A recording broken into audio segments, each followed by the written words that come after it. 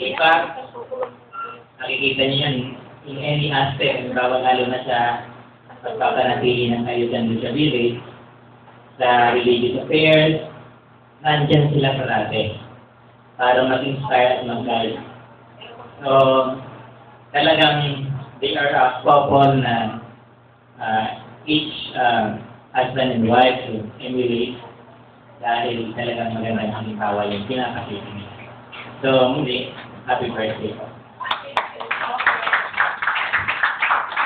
Po sa lahat na nagpunta, it's been a revelation from my mom and from my dad. So, hopefully, maligaya sila ngayong araw na to, silang dalawa. And thank you sa mga brothers and sisters to have arranged for this birthday party for them. Sasalita ka daw kung kaya wala nang iyakan. Kung may awa ang Diyos ng Panginoon at kung meron kaming ganun extra, next year is our 50th wedding anniversary. It's August 2nd. Hindi namin naramdaman namin na kasi sabi ng mga bata, ayaw nila yung masyadong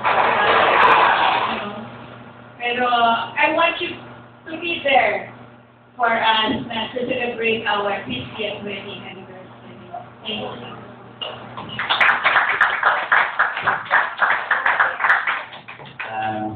I guess that's it. So maraming salamat po sa lahat na nagpunta. And dun sa mga bayaw ko, sa mga kapatid ko, iba na lang natin tutuloy. Maraming salamat po.